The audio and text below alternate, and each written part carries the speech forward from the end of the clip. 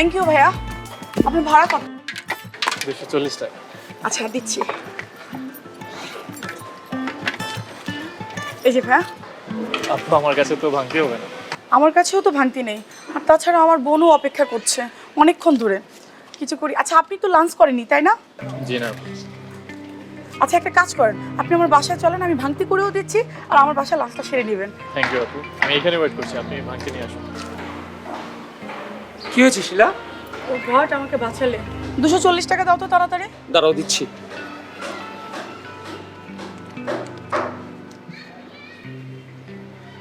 ভাইয়া সারাদিন কষ্ট করে বাইক চালান, অথচ এখনো লাঞ্চ তো করেননি। আর আপনার লাঞ্চের টাইমই আমি আপনাকে জোর করে নিয়ে আসলাম। যদি আমার বাসায় লাঞ্চটা করে যেতেন খুব খুশি হতাম। তা কি করে হয় আসলে? আরে কোনো আসল নকল বুঝি না। শিলা তুমি বাসায় গিয়ে খাবার রেডি করো, আমি ওনাকে নিয়ে আসছি। আচ্ছা ঠিক আছে। ভাই চলেন, আমরা একসাথে লাঞ্চ করবো, আর কোনো কথা না। আচ্ছা ঠিক আছে, আমি বাইকটা পার্ক করে নিচ্ছি। রাস্তায় যেই জ্যাম, তাও তো ভাগ্য ভালো একটা বাইক পেয়েছিলাম, তাই আসতে পেরেছি। আধা ঘন্টা যাবো তোমার বাসার দরজায় আমি দাঁড়িয়েছিলাম। আমার কি সময়ের কোনো দাম নাই না? রাগ করিস না বোন, রাস্তা অনেক জ্যাম ছিল। আচ্ছা দুলাভাই কোথায়? এই তো নিচে আছে।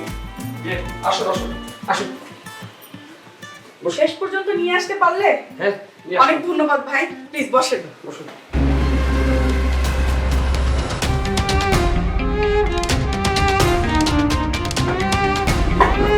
তুমি বসেন।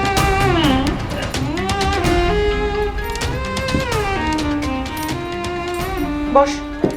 তোমার কি খবর শালিকা? ভালো দুলাভাই।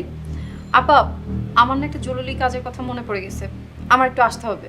পাগল নাকি তুই? আমার বাসায় এসে না খেয়ে চলে যাবি না? আসলেই যেতে হবে, একটা জরুরি কাজ ছিল। শালিকা মনে হয় আমার উপস্থিতি পছন্দ করছে না।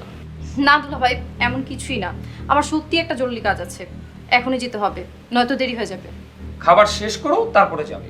এই যে রাইডার ব্যাগে দেখছো, উনি তোমাকে পৌঁছে দেবে। ভাড়াটা না হয় আমি দিয়ে দেবো। তাহলে তো হলোই। তা ভাইয়া, কি নাম আপনার? সাইফুল ইসলাম। ও আচ্ছা। আই দেরি হয়ে যাচ্ছে, খাবার শুরু করো।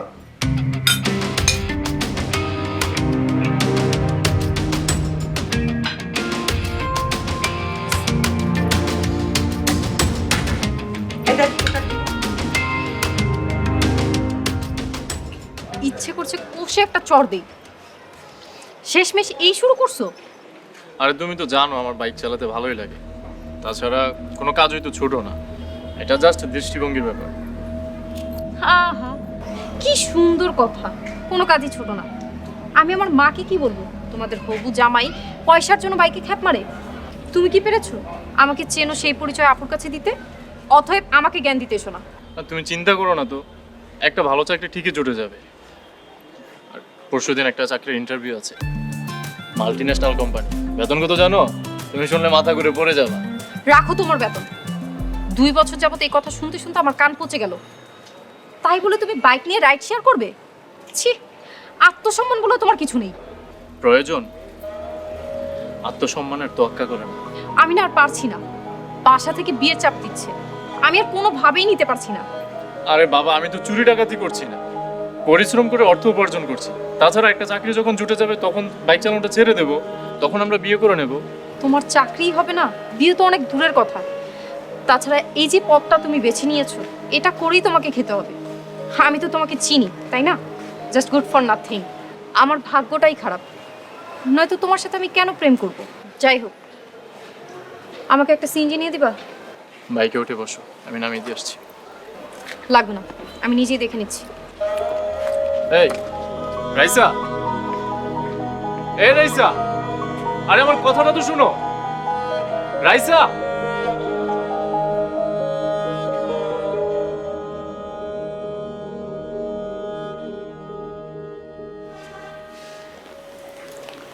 কিরে মা, কি করতেছিস? কিছু না, আমার বসে আছি। দেখতো ছেলেটা তোর পছন্দ হয় কি না? ছেলেটার নাম জুবায়ের, বড় কোম্পানিতে চাকরি করে, পড়াশোনাও বেশ, দেখতে শুনতেও খারাপ না। আমরা খোঁজ খবর নিয়ে দেখেছি, ছেলের স্বভাব চরিত্রও ভালো, বংশও ভালো। মা, আমাকে আর কয়টা দিন সময় দাও প্লিজ। বিয়ে সারা জীবনের সিদ্ধান্ত, আর আমি মেন্টালি প্রিপেয়ার্ড না।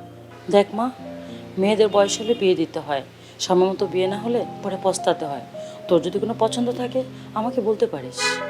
না না, তেমন কিছু না, আমি মেন্টালি প্রিপেয়ার্ড না। তোকে কখনো কোনো কাজে বাধা দেইনি, যখন যেটা চেয়েছিস দিয়েছি। এই ছেলেটাকে আমাদের সবার পছন্দ হয়েছে, তুই বিয়ে করলে সুখে থাকবি। তুই আরেকবার চিন্তা করে দেখ মা।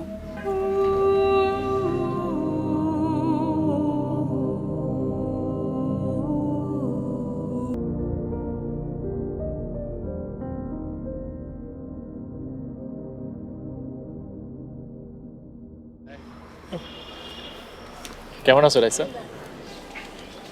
ভালো আছি, তুমি কেমন আছো? শরীর স্বাস্থ্য ভালো তো? হ্যাঁ, হালকা একটু ঠান্ডা লেগেছিল, বাট এখন ঠিক আছে। আচ্ছা, কি ব্যাপার বলো তো, হঠাৎ শরীর স্বাস্থ্যের খোঁজ নিচ্ছ? কোনো বিশেষ কারণ নাকি? আজকের পর হয়তো জিজ্ঞেস করার সুযোগ নাও পেতে পারি, তাই। আরে দূর, কী সব যাতা বলছো। দেখো তোমার জন্য কি এনেছি। Pure gold 22 carat. লাস্ট কয়েকদিন ভালো ইনকাম হয়েছে বুঝছো। রাইট শেয়ারটা কিন্তু খারাপ না, একটু খাটতে বলে ভালো ইনকাম আছে। দেখো। সাইফুল, তুমি হয়তো আমার কথাটা বুঝোনি। আরে বুঝেছি তো। না, বুঝোনি। একটা মেয়ে একটা ছেলেকে কখন ভালোবাসে? যখন সেই মেয়েটার মনে বিশ্বাস জন্মায় সেই ছেলেটি তাকে ভালো রাখে। আমি আর তোমার প্রতীক্ষায় নিজেকে শেষ করতে পারবো না, সরি।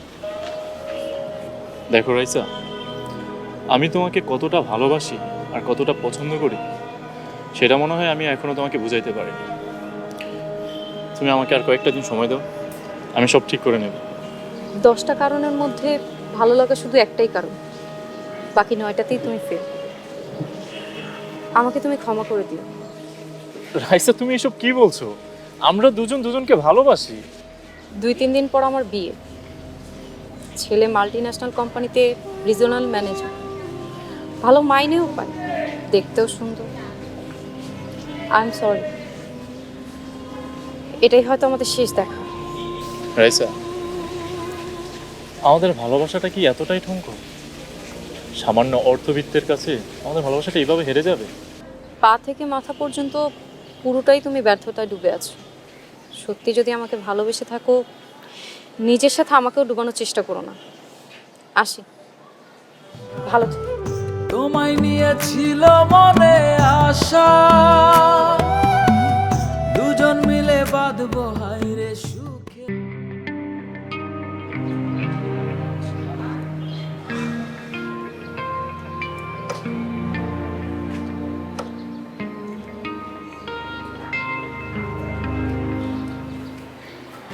এই যাবেন? না ভাই।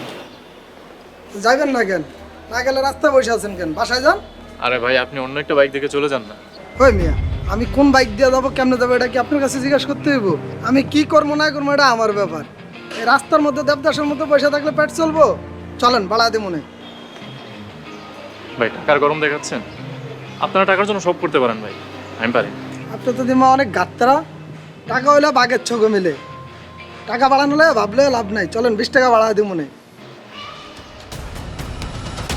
আপনার পকেটে রুমাল আছে? আছে কেন? আমার জুতার দোলাগুলা ঘেরা দেন। 1000 টাকা। তার মিয়া, আপনি কি পাগল নাকি মিয়া? কি করতে আছেন এসব? 2 মিনিট, জাস্ট 2 মিনিট ওয়াক। 1000 টাকা আপনার। পাগল নাকি এলো? হ্যাঁ, ভাই, জীবনে টাকার দরকার আছে ভাই, কিন্তু টাকাই জীবন না ভাই, টাকাই জীবন না। এই, তোমার অফিসে দেরি হয়ে যাচ্ছে, রেডি হইছো? রেডি তো হইছি। তার আগে বলো, নতুন পরিবেশ, নতুন সংসার, নতুন জীবন কেমন লাগছে? আমাকে দেখে কি মনে হচ্ছে? তোমার এই হাসি খুশি মুখখানা দেখলেই তো আমি সব কিছু ভুলে যাই। আমার বিবেক বুদ্ধি সব লোক পায়। মনে হয় একটা ঘোরের মধ্যে আছি, এই ঘোর যেন না কাটে। তা জনাব কোন পাঠশালায় বউ পটানোর বিদ্যা গ্রহণ করেছেন? আমি যে এত রোমান্টিক, তোমাকে বিয়ে না করলে জানতামই না। হয়েছে, আর বাড়িয়ে বলতে হবে না। আরে সত্যি বলছি। এই, তোমার অফিসে দেরি হয়ে যাচ্ছে, যাও। একটু লেট করে গেলে কিচ্ছু হবে না। কি সমস্যা? যাও, অফিসে যাও। যেতেই ইচ্ছে করছে না। ইচ্ছা না করলেও যেতে হবে, যাও। আগে বলো, তুমি বারান্দায় দাঁড়িয়ে থাকবে তো? যদি না দাঁড়াও তাহলে নিচে গিয়ে আবার সোজা পিছন কাজ করো। কোনদিন কি মিস হয়েছে? যাও।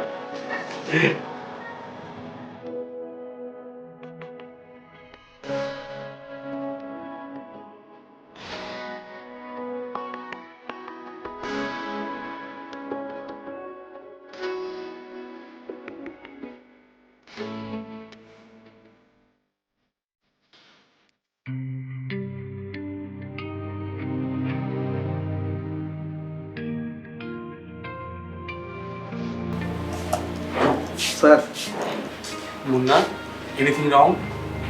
স্যার হেড অফিস থেকে লেটার এসেছে।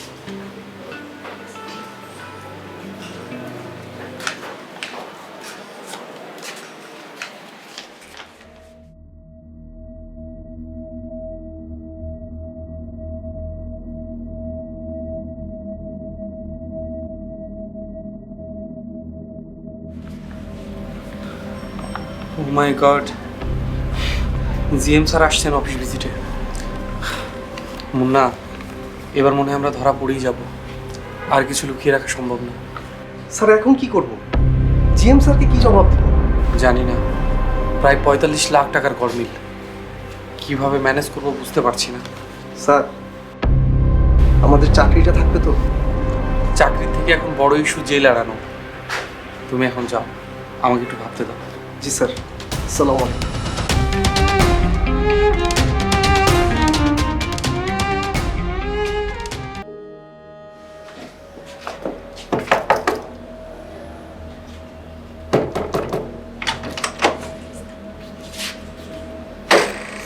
স্যার আসসালামু আলাইকুম। স্যার আমার সৌভাগ্য আপনি আমার বাসায় এসেছেন। স্যার ভিতরে আসুন। রাইসা, রাইসা কই গেলা? দেখে যাও। রাইসা, উনি আমাদের জিএম স্যার।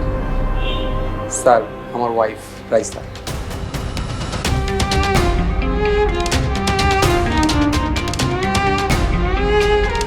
রাইসা, স্যারকে সালাম দাও। আসসালামু আলাইকুম স্যার। ওয়ালাইকুম আসসালাম। স্যার, আপনি যে আমার বাসায় আসবেন আমি স্বপ্নেও কল্পনা করতে পারিনি।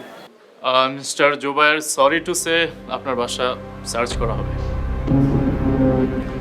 এই তোমরা সার্চ করা শুরু করো প্লিজ। সরি টু সে আপনাদের বাসা সার্চ করা হচ্ছে, it's a part of investigation. আপনি যদি আমাদের সাথে কোঅপারেট করেন তাহলে ওয়েল, আর না হয় আমরা পুলিশের সাহায্য নিতে বাধ্য হব। আর আপনার সম্মানের কথা ভেবে পুলিশ ফোর্সে আনা হয় নাই। আমার সাথে যে দুইজনের একজন মাহবুব আমার পিএ, অন্যজন পুলিশ ইন্সপেক্টর নাসির। স্যার আমি তো কিছু করিনি, আমার কোনো দোষ নেই স্যার। সেটা তদন্ত করলেই ক্লিয়ার হয়ে যাবে মিস্টার জুবায়ের। জি স্যার। নগদ টাকা পয়সা সহ সব ধরনের ডকুমেন্ট আমার সিজার লিস্টে চাই। ব্যাংকের চেক, দলিল, any kind of agreement copy, everything. It's that clear? Okay sir. Sir, কিছু বলবেন? আমার স্বামী খুব ভালো মানুষ, ও এরকম কাজ করতে পারে না। দেখুন, এখানে আমরা চোর ধরতে আসছি, ভালো মানুষ ধরতে আসিনি। আপনার হাজব্যান্ড যদি ভালো মানুষ হয়ে থাকেন তাহলে চিন্তার কোনো কারণ নেই।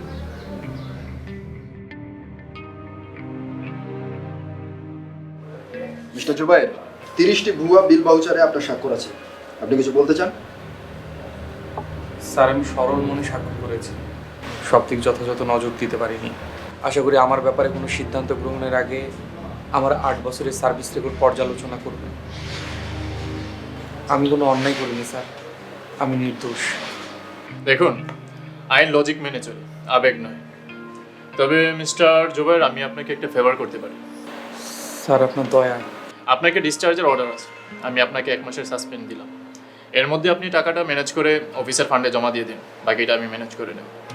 আর এর বিনিময়ে আপনি চাকরি ফেরত পাবেন, আর তাহলে আপনাকে জেলেও যেতে হবে না। বাকিটা আপনার সিদ্ধান্ত। স্যার আপনি এসব কি বলছেন? আমি এতগুলো টাকা কিভাবে জোগাড় করব? দেখুন মিস্টার জুবায়ের, আপনার সহযোগী মুন্না এবং তাপস এখন জেলে, আপনি এই কথাটা ভুলে যাবেন না। স্যার আমাকেও জেলে দিন, আমি এত টাকা জোগাড় করতে পারবো না। এটা আপনার ইচ্ছে, আপনি এখন আসতে পারেন। জি স্যার। মিস্টার জুবায়ের, শহর ছেড়ে কোথাও পালাবেন না, পুলিশ আপনার দিকে নজর রাখছে।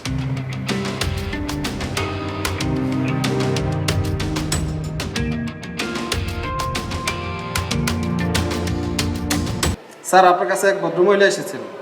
এখানে কি চায়? স্যার উনি শুধু আপনার সাথে দেখা করতে চান। আগামীকাল আমার অফিসে এসে দেখা করতে বলো।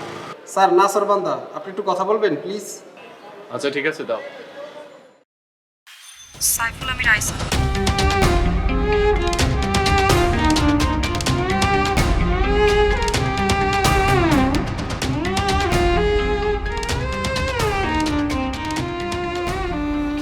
কিভাবে আসলে? একা আসতে ভয় করেনি তোমার? আমি তো তোমাকে চিনি সাইফুল। বড় চাকরিজীবীর স্ত্রী, সুন্দর সাজানো গোছানো সংসার, সুদর্শন সুপুরুষ স্বামী, তা সব মিলে কেমন আছো রাইসা? স্বামী সংসার নিয়ে আমার কোনো অভিযোগ নেই, আমি ভালো আছি। কিন্তু আজ সেই সাজানো সংসার, গোছানো জীবন, সুখ শান্তি ধ্বংসের মুখে। আমি তোমার সাহায্য প্রার্থী। বিপদগ্রস্ত স্বামী তার সুন্দরী স্ত্রীকে কাজে লাগিয়ে বিপদ থেকে রেহাই চাইছে। আমি যে তোমার এখানে এসেছি সেটা জুবাইর জানে না। ওয়াও, এটা কি চান্স নাকি অফার? প্লিজ, আমার দুর্বলতার সুযোগ তুমি নিও না, আমাকে সাহায্য করো। জুবাইর অনেক ভালো মানুষ, ও এরকম অন্যায় কাজ করতে পারে না। তো আমি এখন কি করব? তার সুন্দরী স্ত্রীর চেহারা দেখে তার সব অন্যায় মাফ করে দেব? তুমি কি প্রতিশোধ নিচ্ছ? নেবেই তো। আমাকে আর আমার সংসারকে শেষ করার এত বড় সুযোগ তুমি কেন হাতছাড়া করবে? তাতে আমার লাভ? আমাকে না পাওয়ার প্রতিশোধ, তোমাকে কষ্ট দিয়েছি সেটার প্রতিদান। দেখো রাইসা, তোমাকে আমার গেস্ট হাউসে ঢুকতে দিয়েছি, তোমার সাথে সুন্দর আচরণ করে কথা বলছি, তার মানে এই নয় যে তুমি আমাকে যাতা শুনিয়ে দিবে। অফিসে তদন্ত দিন, কোনো বিষয় নিয়ে তোমার সাথে আমি আলোচনা করতে চাই না। তুমি এখন আসলে আমি খুশি হব। তুমি শুধু আমার মুখের দিকে তাকিয়ে জুবাইরকে একটা শেষ সুযোগ দাও।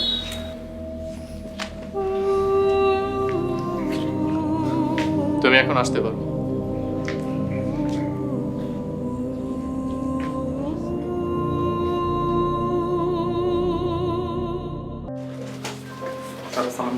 ওয়ালাইকুম আসসালাম, বসুন।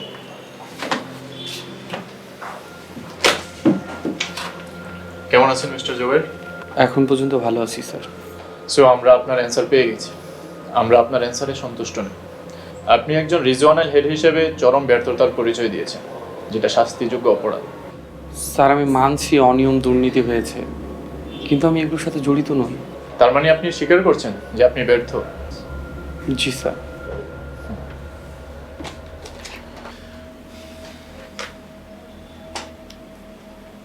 এটা কি স্যার?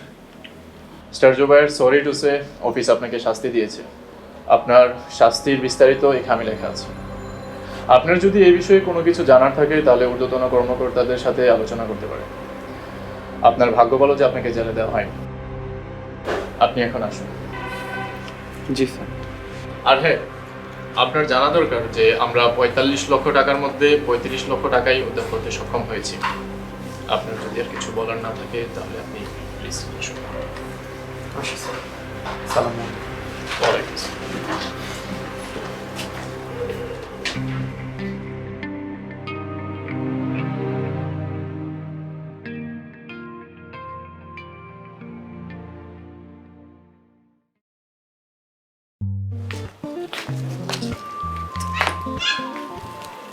ফুল কেন? রাইসা, আমি নির্দোষ প্রমাণিত হয়েছি, আর সব কিছু হয়েছে সাইফুল স্যারের জন্য। কাল থেকে আমার অফিসে জয়েন করতে কোনো বাধা নেই। আলহামদুলিল্লাহ। তবে তবে কি? অবহেলাজনিত কারণে আমার 10 লাখ টাকার জরিমানা হয়েছে। তারপরও বলছো তোমার কোনো শাস্তি হয়নি, তুমি নির্দোষ? হ্যাঁ, কারণ এটা অবহেলাজনিত শাস্তি। বাকি দুজনের নামে মামলা হয়েছে। আমার তো ভাগ্য ভালো, জেলও হয়নি, চাকরিটাও বেঁচেছে। এত টাকা কিভাবে জোগাড় করবে? কোম্পানি এটা অগ্রিম বেতন হিসেবে আমার মঞ্জুর করে নিয়েছে, প্রতি মাসে অল্প অল্প করে কেটে নেবে। আল্লাহর কাছে লাখ লাখ শুকরিয়া। জুবাইর, সাইফুল স্যারকে আমি ধন্যবাদ জানাতে চাই। ওনাকে একদিন বাসায় দাওয়াত দিও। জানি না এটা সম্ভব কিনা, হয়তো উনি আসবে না, তবে আমি চেষ্টা করব। আচ্ছা ঠিক আছে, চেষ্টা করো। এখন চলো, ফ্রেশ হয়ে খাবো। চল।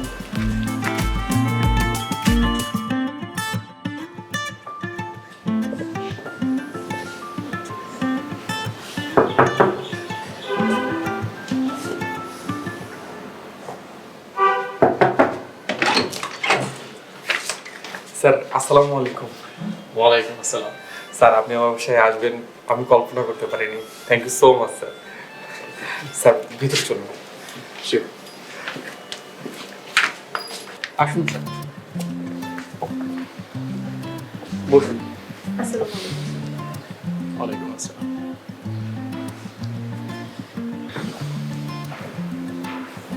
সরি, এই কয়েকদিন আপনাদের উপর অনেক ধকল গিয়েছে, মেন্টালি প্রেশারও গিয়েছে। স্যার আপনি যদি সঠিকভাবে ইনভেস্টিগেশন না করতেন তাহলে আমি হয়তো ফেঁসেই যেতাম। আমরা দুজনেই আপনার কাছে অনেক কৃতজ্ঞ স্যার। আশা করছি এই ভুল থেকেই শিক্ষা নেবেন। জোবাইর সাহেব, আমার ড্রাইভার গাড়িটা পার্কিং করতে পারছিল না বাসার নিচে। আচ্ছা ঠিক আছে স্যার, আমি দেখছি।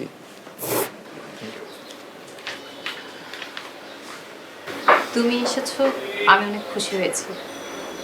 কৃতজ্ঞতা জানানোর সুযোগ দেওয়ার জন্য ধন্যবাদ। সাথে অতীতের ভুলের জন্য ক্ষমা প্রার্থী। রাইসা, আমি না এখন অনেক বড় একটা চাকরি করি, কয়েক লাখ টাকা স্যালারি পাই, বাড়ি গাড়ি সব কিছুই হয়েছে, কিন্তু আমি সেই পুরনো বাইক রাইড শেয়ারের জবটা খুব মিস করি। মানুষের জীবনে সুখের সময়টা খুব অল্প সময় মনে থাকে, কিন্তু কষ্টের সময়টা মানে দাগ কেটে যায়। অনেক কিছু শেখাও যায় সেই সময়টাতে, যেমনটা আমি শিখেছি। হয়তো আল্লাহ আমার কপালে সেই সুখ রাখেনি, তাই কি আর করার। তোমাকে আমি অনেক কষ্ট দিয়েছি, তার জন্য ক্ষমা করে দিও।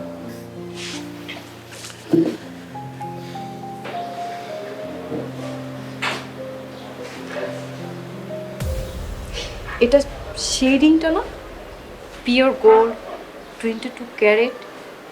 হ্যাঁ, এটা শেডিংটা। কিন্তু এটা তো আমি নিতে পারবো না। তোমার বিয়ের উপহার হিসাবে রেখে দাও, কারণ এটা বিগত 4টা বছর আমাকে অনেক কষ্ট দিয়েছে। এখন আর পারছি না, এটা তুমি রাখো।